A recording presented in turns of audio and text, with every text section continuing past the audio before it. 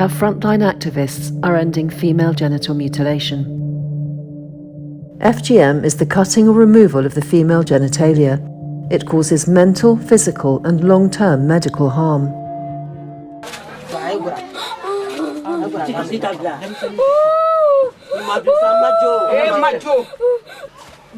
I am an activist because I was mutilated at the age of 5 years old. I was suffering and bleeding.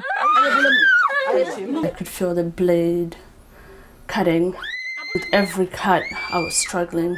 I was shouting because the pain was too much. What I go through, I don't want any girls to go through it. An estimated 200 million girls and women have undergone female genital mutilation. I know what FGM does to the girls in my community, and these girls are totally innocent. They don't know what is awaiting them. Every 10 seconds, somewhere in the world, a girl is butchered.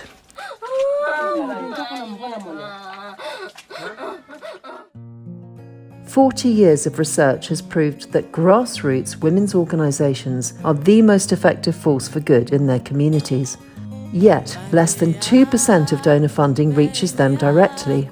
Je connais des dizaines, des centaines d'ailleurs de personnes, de féministes et d'activistes. Si nous avons le financement direct, nous pouvons faire beaucoup de choses.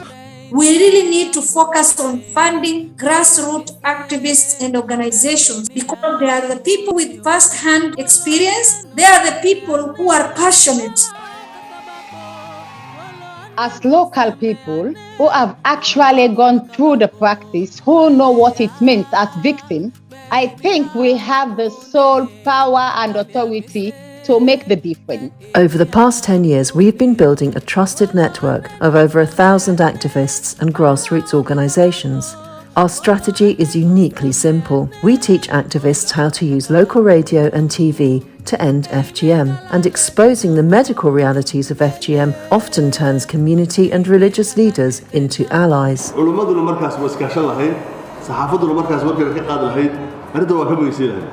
Activists devise and run low-cost campaigns in local languages. Bonsoir chères auditrices et auditeurs. Aujourd'hui le thème c'est les mutilations génitales féminines. They bring influential leaders onto radio and TV whose condemnation of FGM reaches millions of people. The circumcision of women is not allowed in Islam. The Bible not mention about FGM. The majority of the population listen to the radio. When they hear, they believe. The medical, the bondo are the same. Therefore, stop this bondo. It's not good for the beginning. So the radio is a very powerful tool to use in such campaigns. And airtime in Africa is cheap to buy. $500 helps to take a religious scholar, a medical practitioner, to speak to millions of people in one radio talk show. That's a lot. Ye shall not make any cutting. Any cutting. God say you know for cut you money.